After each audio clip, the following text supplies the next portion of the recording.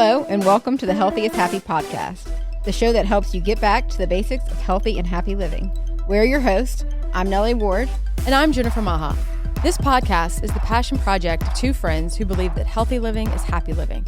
Always look for the good in others, never stop believing in the power of positivity, and think a little hard work goes a long way. To us, healthy living is simply a commitment to making daily choices that keep us on a healthy trajectory, both physically and mentally. We believe it's a lifelong journey, not a destination, and we like to be your co-host along this journey. Buckle up and stay hydrated. It's going to be an epic adventure.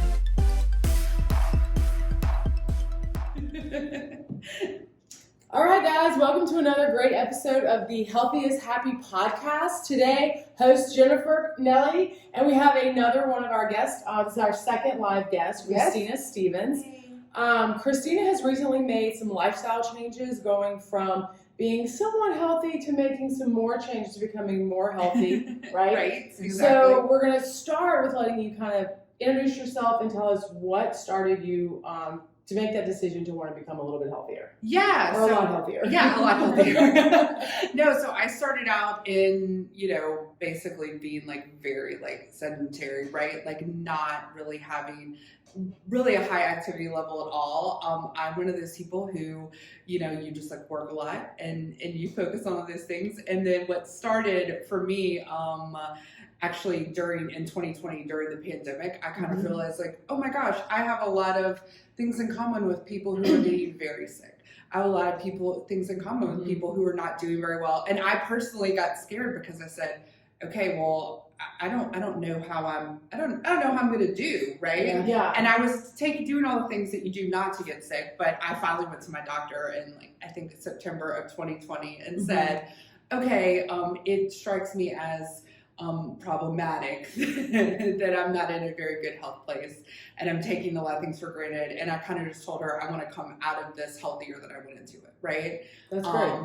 Because I also did the thing that we all did where you sat around and I am an excellent banana bread baker. I make amazing banana pudding. I made every pasta dish that they posted on Instagram or whatever for the first 4 or 5 months. Did you do the TikTok one that went viral? I did not do that one, but I made a ton of pasta, and There's a lot of cooking going on. I told someone, if you wondered what I thought, I had one opportunity to go to the grocery store and kind of grab a bunch of food early on, and I told someone, if you wondered what I thought I was going to need in the pandemic, it was definitely pasta. So I had boxes and boxes of it. I don't know what I thought was going to happen. Did you do that with potatoes? No, rice. I bought like hundreds of pounds of just. I had boxes. Yeah. So I read a book on World War II and how people survived right before that, and I was like, well, if they could eat rice and survive for 3 years, I'll be fine. Yeah.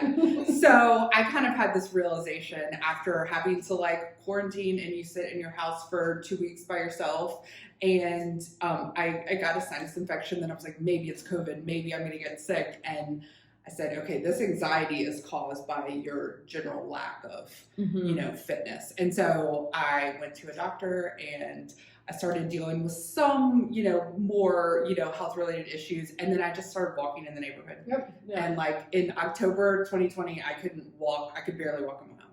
Yeah. I just started walking in the neighborhood. I couldn't join a gym because I was like, okay, well, whatever, if I'm worried about getting sick, I just need to do it in the neighborhood. And I started walking, and a mile turns into 2 miles and turns into 3 miles, turns into 6 miles. And then you're like, well, walking, I'm not really burning as many calories. And so maybe I'm going to see if I'm going to run down the street. And now we're doing 5Ks and 10Ks and all that stuff. So it's been 20 months or something of work, but we've worked together since sort of the end of December, beginning of this year. Well, and Christina came to us and said that she was not a runner. No, but she was going to do a race. And we were like, you're in the moment she did her first 5K, I was like, you're a runner. Right. Yeah. She was like, okay, The minute you start running, you become right. And we had talked about, we sat here and we talked about, I was going to do a 10K in 2020. And I had in my mind that I was going to do the Tiger 10K, which I'm definitely going to do in December. Yeah. But she already signed up? Yeah. Right. But I remember Nellie said to me, well, there's the Crescent City Classic in April. And I was like, I'm not going to do that. That's way too soon. And then, a month before, I texted her and said, what if could I do this? Yeah, And ended up doing it. I am still like run walking for the 10K. We're trying to get to where in September I run the full 5K. But so But like walking is a great plan. yes, Solid it is. plan. It is also I don't think I was emotionally ready. I don't think you're ever emotionally ready when you like jump up to a new thing. There was definitely a moment in the Crescent City Classic where I was like, I'm quitting. I'm not doing this. But I think you didn't quit. I didn't. No, you didn't quit. I'm emotionally ready. They don't prepare you for that part where you turn off and you can see the finish line. Yeah. And then you start to. And then you have to do a whole mile. But it's like a mile and a half. I know, right? And I was like, cool. it's mean. But now I would be emotionally ready for that. I was not prepared for that. Well, I think one of the benefits of going through something like that is in any stage in life when things get hard, I think most of us, we just want to pull the ripcord. Like, I'm not doing this anymore. Yep. Whether it's For sure, personally, for sure. professionally, athletically, and you said, no, I'm going to keep going. Yeah. That's Yeah. amazing. Well, and I had you tell everyone that you're doing it, and you post a selfie on the start line, and you're like, well, I mean, I kind of have to finish it. Yeah, right? I've been talking about how I'm going to do this for 4 Nobody months. wants to make the post And- of like, nah. I decided not to do it. And I bought the shoes and I'm running. I've got the little packs in my fanny pack. Like, I mean, You're a real runner. She was ready. I was ready. And Anyway, and your excitement after was like it was awesome. great. Yeah, because It you was were there, right? Uh-huh. Yes. Well, yes, and then we were texting back and forth because it's Yeah. Easter weekend. She was going home, and I was like, "You better wear your medal to your." I joked about it. But no, it was great. And it was such one a of those big things. deal. It was. Like, That's huge. Yeah. And it was crazy for me because I'd always been like, well, if I did a 10K, I could never like drive home after. Yeah, I drove home. I went to Easter Vigil Mass. Yes, was I tired? Yes, but you were fine. I was fine, and I think I had it in my mind You were one that of those crazy people that did 10K. And right, then, right. did stuff after. I know, And went on with your day. and I didn't die. I went into Juan's and had a burrito and whatever. Yeah. And so it was kind of great. It was a really great thing to do. I think that there's a big jump from the 5K to the 10K. Yeah. Not that like I get excited when I finish the 5K, but like finishing the 10K, like I was like I accomplished something. No, that's well, huge. It's a so- great feeling. And then, like leading up to the 10K, we did the Fat Boy 5K, and I was out there, and she did that one. And it was fun to, introduce you to a whole different world. Yeah, of people. for sure, But, for it's sure. like, it's such a inspiring community of people that you're like, Yeah. okay, well, I mean, they're doing it. I'm Well, gonna I keep can doing do it. it. And what's really cool is, I think that when I thought of runners, I thought of like you guys, right? You do like triathlons and Ironman and all this stuff, right? And you don't always think of like just actual, Average just people. like average people. And then Yeah. you get out to a race and like there are people of every fitness level. Yeah.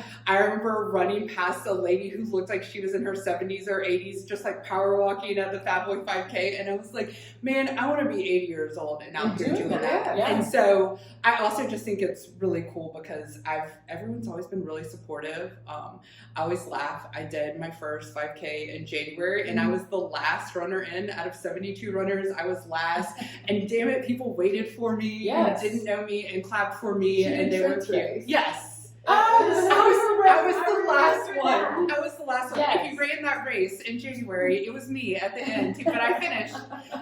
Hey, you race who shows up. You beat everybody else I that's know. out there. And I did it stupidly too. Like I know better than Yes. like I jumped out and ran for 10 minutes I was like like I'd never Christina, run. but Like I'd what never was run that? before. I was like, oh, I can do this. And And you're then like, well, I'm gonna have to slow the down. only reason I finished that race is because my car was by the finish line.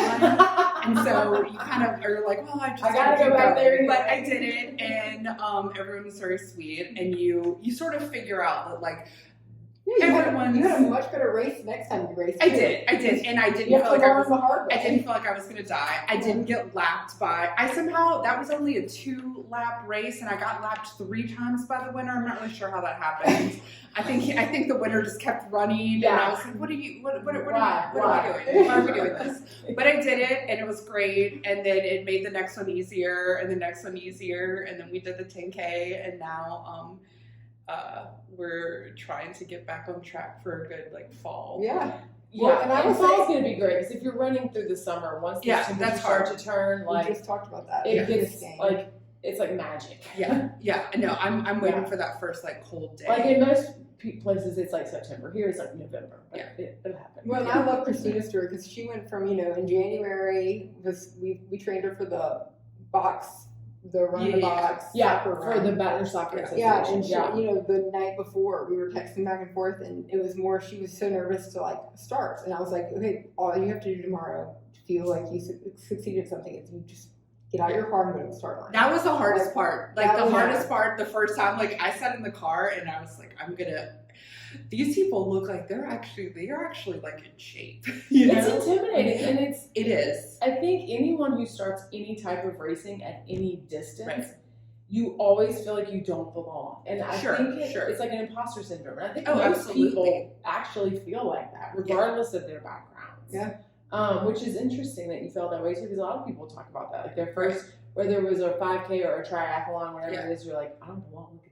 When I pulled up, I stayed at the race hotel for the Crescent City Classic, and I pulled up, and I'm going, and all these people are like walking out, and and I'm going like, okay, like I know I'm in the right place because everyone here is wearing Brooks running shoes and has like these insane calves, but like should I have done this, so I think it's a really good just chance to go out there. And also like, I mean, at this point, like I have been last in a race, and like it's fine. It's not fatal, like I always thought, like Natalie and I recently did a triathlon, and we haven't done those in a few years, and so I was telling my neighbor that I was doing it with that, like when I used to go to triathlons, like there are people who have these really fancy bikes, and they like push them into triathlons, and they just hold the seat because like their bikes are so tuned in, and so like they can just like steer them that way, and I still can't do that. And so I'm like, I was like, I'm gonna be that person that intimidates other people. And the bike was like falling everywhere, my bags were falling, and I was like, I still don't really belong here. No, I know. And there's like some old man coming from the other direction, got the bike by the seat, like doo doo doo. Right. Yeah, but like Christina really, like her story really, it's like our whole, everything that we do at Basic is the healthy and happy lifestyle. Yeah. And she went from being scared to get out of the car in January to doing a 10K in April. Yeah, and that was training for more. It was awesome. Yes. And she's, we just, right before this, we had a meeting about, the next steps, because obviously we're in South Louisiana, and Louisiana, there's not much races happening in the summer. So I see people racing. It's race from your car into your. It's not great, but it is really, when you actually do finish like a good run, you're like, okay, I did it, right? Yeah. You definitely feel like you have accomplished something, even when you just do your like quick run in the morning. So that's been good. And like, I don't know about y'all, but like for me, sweating makes me feel like I accomplished something, and like just to walk outside with the mail, I start sweating in the summer. And like, see, accomplished. Yeah. Check that box. Yeah. So what? I wanted to ask you some questions about more like, what was the biggest hurdle you think for yourself about like, before you called us, there was a point in time where you were just like, okay, I need to start, and like I'm going to get out the door. But what was like the hardest part about starting for you? So I think the hardest part about starting is that everyone thinks that like, okay, I need to start by like going to the gym 7 days a week and working out X amount of time, right? Mm-hmm. And just feeling like you need to like work out. For me, like I literally just like started walking in the neighborhood. Mm-hmm. And so I think it was just really getting past that mindset of like, okay, what does starting look like? What does working out look like? Yeah. And it was also a transition when I started working with you guys, because it was a little bit more structured, right? Yeah. And not, on Sunday I had an extra 20 minutes, so I walked an extra mile or whatever, which is different. That's a different kind of training. Yeah. So I think that getting started is a big thing. And then also, when you start, you see like everyone's doing all this stuff, and you're like, well, I can only walk a mile and a half, right? Yeah. And I'm never going to be able to do this. And sort of getting, when you realize like, I did try the app a little bit, the app thing, where couch to 5K or couch to 10K, and I did okay with it, but like I needed a little bit more like hands-on, I think. So I really think like starting was really the hardest part, because you have in your mind that like, oh, I need to be in a gym, I need to be doing spin class, I need to be doing this, I need to lift weights and all that stuff. And those are absolutely things that we did. But also when I got started, I also did a lot of like YouTube if they're walking videos on YouTube. I did a lot of like, YouTube fitness, like dance videos at home. That sounds awesome. You know what I mean? Where like, cause like I said, I wasn't joining a gym. And so I did some of that at home, and it is a step going from that to like actually like training with a focus in mind. But, once you get going, it's not that hard. And you get to the point where like, okay, well, I managed to walk for 40 minutes a day for 5 days a week. Like that's a huge, just to be able to carve out that time for yourself is huge. And so just find a way to use it like more like efficiently, whether it's running, whether it's like the core training, which I'm not as happy about. That's great. So like, how has exercise, and running and all this changed your life outside of that? Like, Sure. So I think one of the things is, you give yourself some time, and especially when I started walking, like, I would like load up podcasts and just have like, cause if you're going to walk 6 miles on a Saturday or Sunday, that's an 1.5 to 2 hour process if you're not fast, which most walking you're not. Yeah, unless you're power walking. Yeah. So you have like an hour or two to yourself, and that has been amazing. There have been a lot of times where when you're really stressed, where everything, getting to spend that hour with yourself is really important. I sleep better. I used to. When I'm tired, I tell people when I'm tired, like I earned it. You know what I mean? I'm tired because I'm more active. I get up earlier, like naturally now. And so that's been really good. And just, again, having that time that you carve out for yourself, that it's no one else, like no one's going to get to you. It's just you and your AirPods and you're just like rocking and rolling. That has been really important. I've walked every inch of my neighborhood 1,000 times. Yeah, and she lives in one of the best neighborhoods in Baton Rouge. I live in a good running neighborhood. That's awesome. So it's been great. So that's been really helpful. I bet that helped you a lot too. Like I know for myself, like during COVID, like I had to, once I started doing the routines of like getting outside and doing something every day, like I needed the sunshine. I needed and I wish I had started a little bit sooner. There were definitely times during like those early like days where, especially, and like I did work like outside. Like I wasn't working from home. I was having to work outside of home. So I was actually seeing some of my coworkers every day. But you go home in the evening and there's nothing to do. Yeah. You go home on the weekends, and like even my parents are retired and they're older, and so for a while like I wouldn't even go in their house. I'd like sit on their porch and talk to them, just because I didn't know it was safe, and you miss all of that. And there are a lot of times where I think you compensate with like food and binging Netflix or whatever instead of going out and being active. So. Well, I think once you start getting active, then you find the things that you enjoy, and then that opens up to new opportunities that you're more willing to try something. Sure, walking, absolutely. Like you said, to running, right? Yeah, and you just feel better. Like you I hate it. Everyone was right all along. You know what I mean? Like if you'll just get up and do it, you feel better. You feel less. You feel. I don't know. It just kind of sort of sets your day off. I think that's one of the struggles with the summer runs is the heat. If you don't get it done in the morning, it's really hard to get it done. Unless you wait till like 8:30, but like who wants to do that? Because then you can't sleep. I know. So, if you had advice to give other people, because I think there's lots of people who are probably in similar situations. Like just to say, I know I should do better things with my life at times. So like, what would you give if you had to give someone like 3 tips to doing that?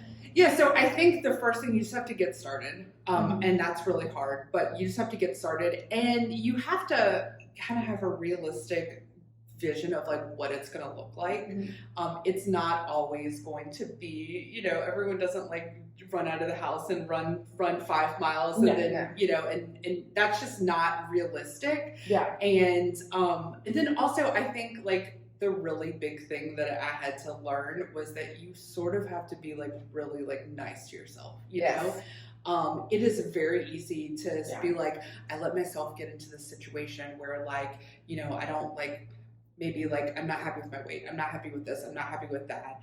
And like to get really mad at yourself. And like, that's not, I mean, you can be mad at yourself, It's not helpful. but you're probably, that's not, no one ever like made their life better by just like being mad at themselves, right? You sort of have to go through the process where you like look at what you're doing, and you take stock, and you make decisions, but you also can't blame yourself for everything you've ever done, right? Right. You can't be like, well, I was doing great, and then I had a cheeseburger, and then now I'm not doing great anymore. Like, that's not how it is. So I think that was the biggest thing to actually say, like, okay, well, I'm not gonna be mad at myself about things that I did in the past, or like because like I didn't work out one day, or because I didn't work out for 2 years and now I'm here, So I think that was like a big thing. Yeah. You got to give yourself grace. You have to give yourself grace, and then also you have to like, you make the right choices in the moment, right? And you make the good choices. And if one day you don't make great choices, or 1 week or 1 month you don't make good choices, that doesn't mean that that's how it is for the rest of your life. Yeah, and they don't define you, right? Right, You can always make a better choice next time. And also, you're not a bad person if you make a less healthy choice. Yeah, No, cheeseburgers are good. Well, Cheeseburgers are fine. And that's,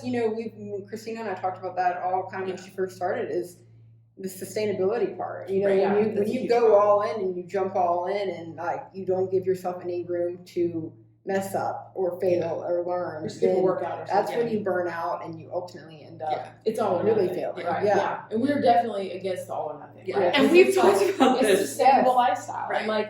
And that also changes, like just in the different seasons of your life, whether it's work is taking up your time, or you have these it's flexible, and you have to allow yourself to be doing more at some point when you have time, and less at some point, and be okay with that. And adapt. No, I definitely had days where I was like, okay, I'm going to do all of the food prep and all of this, and I'm going to spaghetti squash. And then I was like, how much spaghetti squash did you think you were going to eat by yourself, right? Yeah. Where you do so much of this like meal prep and everything. Yeah, and then you're like at the third day, and you're like, I don't want to eat spaghetti squash anymore. And so you have to, and that's one of the things like we've been working on, is that you have to find a way to look at, okay, like let's make the good choices, right? We don't have to prepare every meal for the next like 2 weeks today. No. In fact, like it's probably going to be wasteful if I do that, because I'm not going to finish out that process. I don't want to eat bland chicken 7 days in a row. Right. And I know, and look, some people can do the brown rice, chicken, and broccoli, and like bless them, Yeah. I know people like that, and I think that that's great for them. It is not like the choice for me. Yeah, no. Well, everyone, you have to adapt to yourself and know what you can and can't do. And if you can't, if eating the same thing for 10 days is going to be like, I'm never doing this again, but let's not do that. And for me, that has like, so breakfast is a place where that actually does work for me. Like whether it's the toast or oatmeal or something like that in the morning does work for me, because I'm kind of already like, you don't have time to think. I don't have time to think. Just I start doing think it. most people are repetitive breakfast eaters. Yes. Because like you don't. But that's been really helpful, right? To actually like have like 2 or 3 like breakfasts that I'm always going to eat, and I just eat them, and I do that, and it works out for me. And then you can kind of be a little more creative in the rest of the day.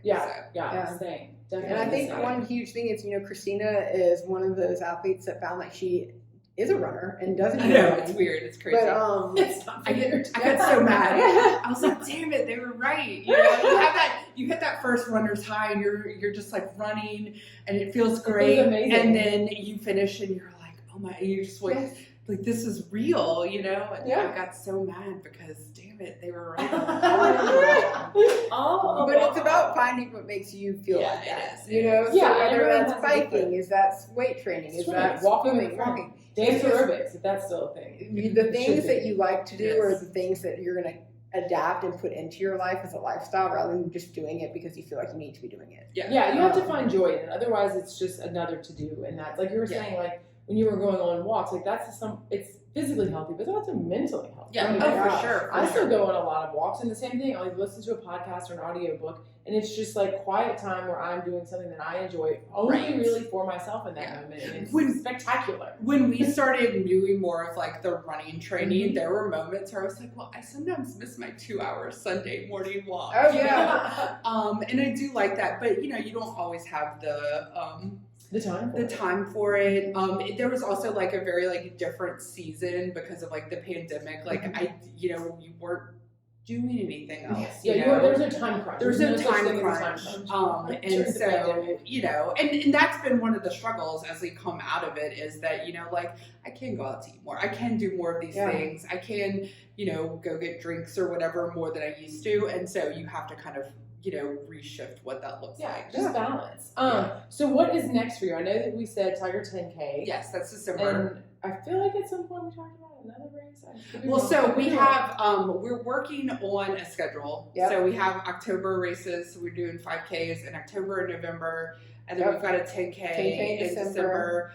Then we're going to do quarter marathon in January. I still want to do a half, but like, I don't. So Christina I've been floating around with the half Ironman. 2023 might be Christina's half marathon. Yeah, year. that's what. So there is a half marathon in March, which is the amazing half or whatever. Yeah. And I sort of have that on the like list, like in Training Peaks. Like I have it as like the last. Well, no, then I have the Crescent City Classic after that. So, but we do have a lot of races like planned out. We have some work to do. Having a plan is having a goal, and then you just put the little steps down. Like, what's my goal that I'm going to do? And Christina's also been inspiring other people because she was texting. We were talking about races, and like, well, you know, once you get into it, it's fun to like go, you know, to Birmingham for a race or go wherever. And she's like, well, I have some friends that want to do it. And so, you know, people are. It takes one person, you know, people are watching. For sure. So if one person brings two friends, then that's three more people living a healthier lifestyle. Happier and healthier lifestyle. Each of those people impact another person, and it just kind of trickles down. So Christina is going to be out and about at the races this season. Yes. Yeah. We'll repping some basic. We need to get some new basic retail. It's going to be an awesome year. Christina has big goals ahead, but we're sustainable goals. We're going to take them one step at a time. Small steps are progress. We're gonna come out like running for the 5Ks, and then really the only not like bullets for speeding. That was like the why did I do that? I don't know. But so just so you know, the same thing with imposter syndrome. Everybody does that, and a lot of people do that multiple times, and then finally you're like, now I'm a seasoned. When you know you're a seasoned runner, when you don't do that anymore, you're like, look at all these idiots up here. Also, like a really silly person, I thought being in a smaller race for my first race would be good, and it was so much worse. There's nowhere to hide. And I got laughed by all these like really fit like 15-year-old soccer players. And I was like, okay, maybe like I finished and I'm proud of myself. But don't start at the 70-person race. Start at the 1,000-person race, you know, and you blend in, and there are plenty of other people with you. But yeah, we're gonna. Our big goal for I think 10K is I'm trying to get under 90 minutes, so I don't have to run with the strollers at the Crescent. Yeah. So I'm trying. I might just be one step up at Crescent. But just still, that counts. And some of the stroller people are fast. Yeah, they are. Because they're like runners who also have to push a stroller, and they are. Well, and some of those strollers roll real fast. Like we pushed someone in an aerodynamic chair, and the chair was faster than I was. It was pulling me. And I was like, "Why are you running so fast?" I'm like, I think at this point that chair is pulling me down this road, and I am unable to stop my legs from moving without falling. So we're gonna try. Like I said, we're gonna try to be with the strollers next April with the Crescent City Classic. We're just making. Goals, small goals, big goals. We got lots of goals. One step at a time. I'm going to have to give you a high five for all these fantastic changes you've made. I know. She's living the healthiest, happy lifestyle. We're trying. Yeah, one step at a time. Absolutely. Cool. Well, thank you guys for joining us for another great episode of the Healthy is Happy podcast. Stay tuned for more great content in the future. Have a good one, everyone. Okay, wrap. And that's a wrap. Thanks for joining us for this episode of the Healthy is Happy podcast. You can follow us on Facebook at Basic Living BR, Instagram for all things healthy and happy living at Basic Living BR, and for more nutrition-focused content, follow us on Instagram at @the_basic_eats.